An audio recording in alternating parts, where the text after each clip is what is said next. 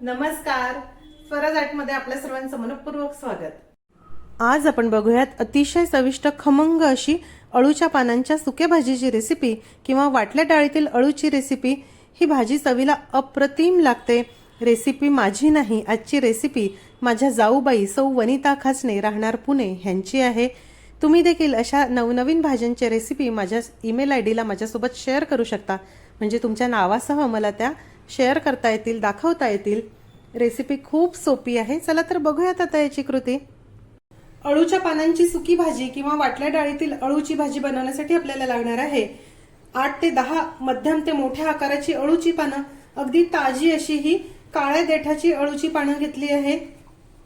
हे अळू फार खाजरे नसतात आणि ह्याची भाजी देखील खूप मस्त होते। सर्वप्रथम आपण या अळूच्या पानांचे जे देठ आहे हे काढून घेऊ आणि ह्या ज्या जाड शिरा आहे ह्या देखील आपल्याला काढून घ्यायच्या आहे।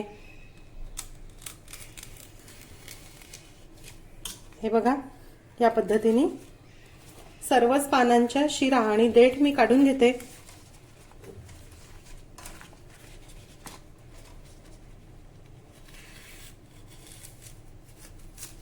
या भाजीला आपण देठ वापरायचे नाही।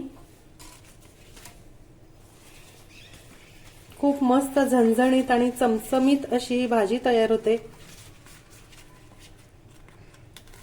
सर्व पानांचे असे शिरा आणि देठ मी काढून घेते आणि याला बारीक चिरून घेते।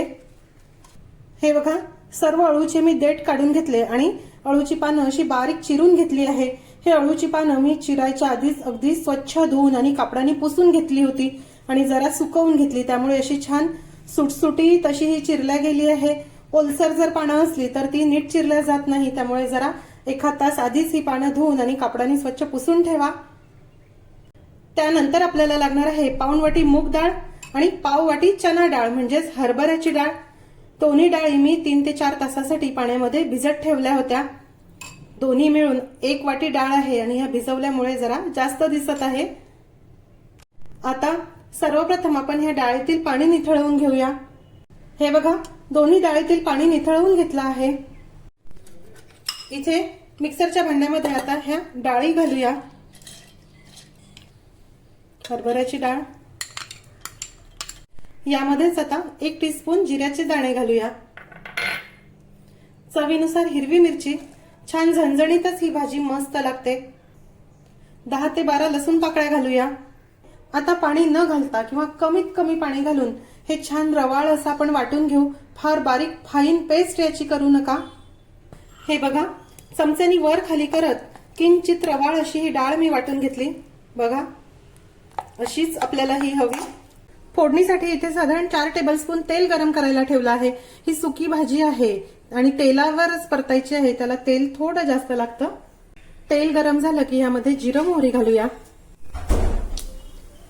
जिरं मोहरी नीट तळतळली, आता यामध्ये 2 मोठ्या आकाराचे कांदे घालूया।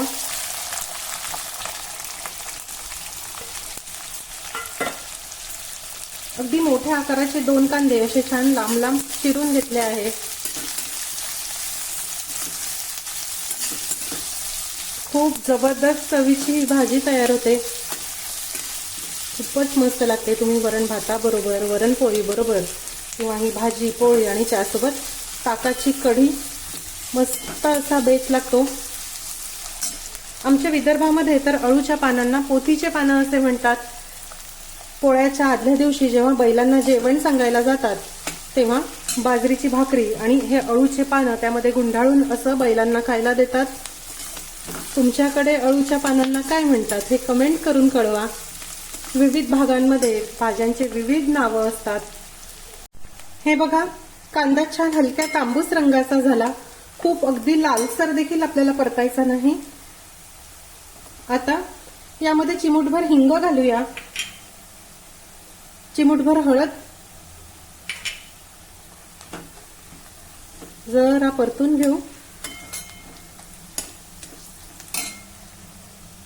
आता यामध्ये चिरलेली अळूची पानं घालूया। बरेचदा अळू खाजरा असतो, त्यामुळे आंबट यामध्ये काहीतरी घालायचं असतं। तुम्ही चिंचेचं पाणी किंवा लिंबाचा रस यामध्ये घालू शकता। चवीनुसार मीठ देखील घालू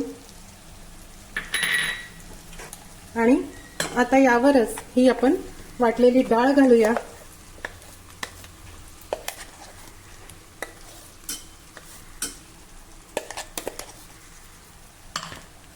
आता आपण हे छान मिक्स करून घेऊ।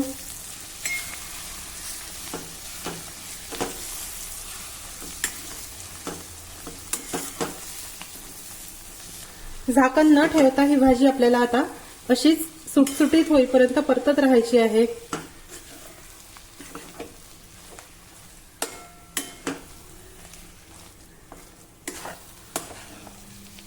हे बघा, भाजी छान मिक्स करून घेतली। आता अशी आपण ही कढईच्या कडेला लावून घेऊ।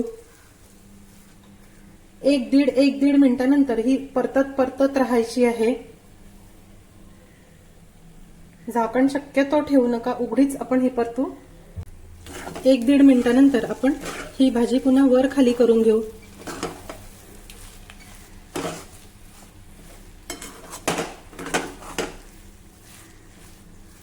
अशीच जरा जरा वेळाने खाली वर करत आपल्याला ही भाजी छान कोरडी होईपर्यंत परतायची आहे। हे बघा, ही भाजी किती छान मस्त सुटसुटीत झाली आहे।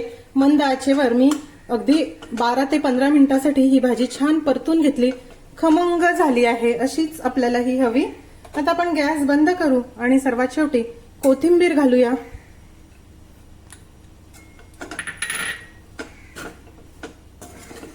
अफलातून चवीची अळूची सुकी भाजी किंवा अळूची वाटल्या डाळीतील भाजी तयार आहे। ही भाजी तुम्ही वरण भाताबरोबर, वरण पोळी बरोबर खाऊन बघा, खूप मस्त लागते। नक्की करून बघा। आजची रेसिपी तुम्हाला कशी वाटली हे मला जरूर कळवा। आजची रेसिपी आवडल्यास रेसिपीला लाईक करायला व शेअर करायला विसरू नका। माझ्या चॅनलला देखील नक्की सबस्क्राईब करा।